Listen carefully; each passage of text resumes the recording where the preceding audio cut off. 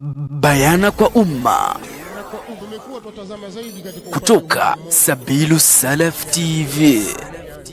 Upande wa utawala na mipango mikakati tunajua kuyasimamia mambo yetu vizuri kabisa ofisi zetu.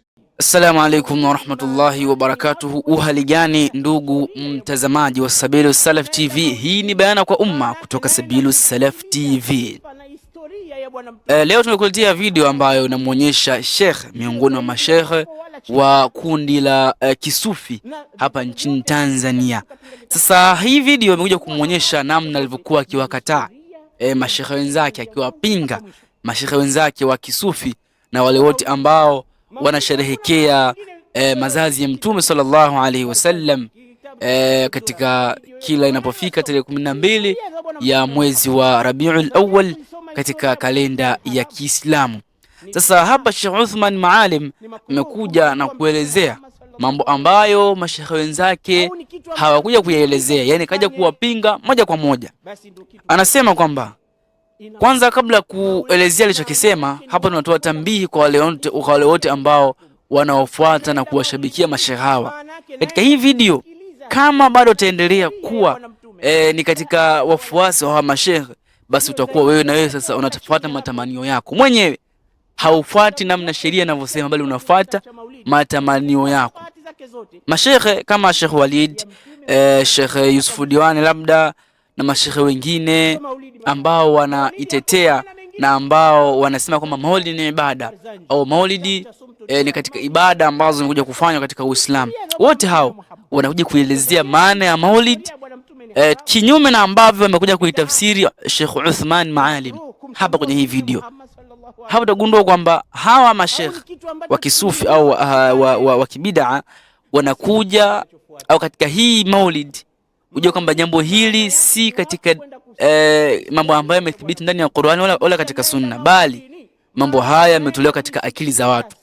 Maneno ambayo kazungumza Sheikh Uthman Maalim, maneno ambayo kaja kuyasema Sheikh Walid na masheikh wengine ambao wanasherehekea maulid ni tofauti mno, na maneno ya Sheikh Uthman anakata kabisa na anayakataa maneno ya masheikh wengine.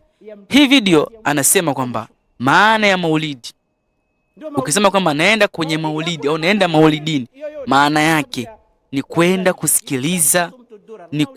kusikiliza historia ya Bwana Mtume sallallahu alayhi wasallam, si juu ya hapo wala si chini ya hapo.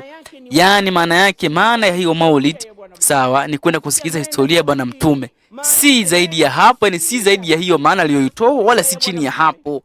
Sawa, sasa utajua kwamba hawa mashehe maana hizi wanazitoa kwenye akili zao. Yeye kaelewa hivi, yule ataelewa vile, hapo ataegemeza katika dini. Hii ni hatari kubwa sana. Sasa tu play kwanza hii video, kisha tutakuja kuhitimisha kipindi chetu. Hii ni Bayana kwa umma kutoka Sabilu Salaf TV. Maulidi maana yake ni watu kwenda kusikiliza historia ya Bwana Mtume. Ukisikia naenda maulidini, maana yake naenda kuisikiliza sifa na historia ya Bwana Mtume, la aqalla wala akthar, sio zaidi ya hapo wala chini ya hapo. Na vitabu vyote, ukisikia mtu katunga kitabu cha maulidi, ukifungua safati zake zote ni historia ya Mtume kuanzia mwanzo mpaka mwisho. Ndio maulidi maana yake.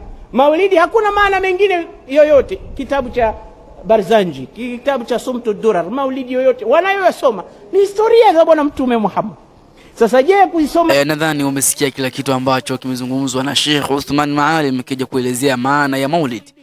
Moja kwa moja tutajua kwamba huyu kawapinga masheikh wenzake ambao wanaelezea maana ya maulid, na hapo utagundua kwamba maulid ni bid'a, maulid ni uzushi, kwa sababu kila mtu anaielezea anavyojua yeye kutoka kwenye akili yake, na si ndani ya Qur'ani wala ndani ya Sunna, kwa sababu hajathibiti ndani ya Qur'ani wala katika Sunna, bali ni uzushi ambao umekuja kuzushwa kutoka kwenye matamanio ya watu na akili zao.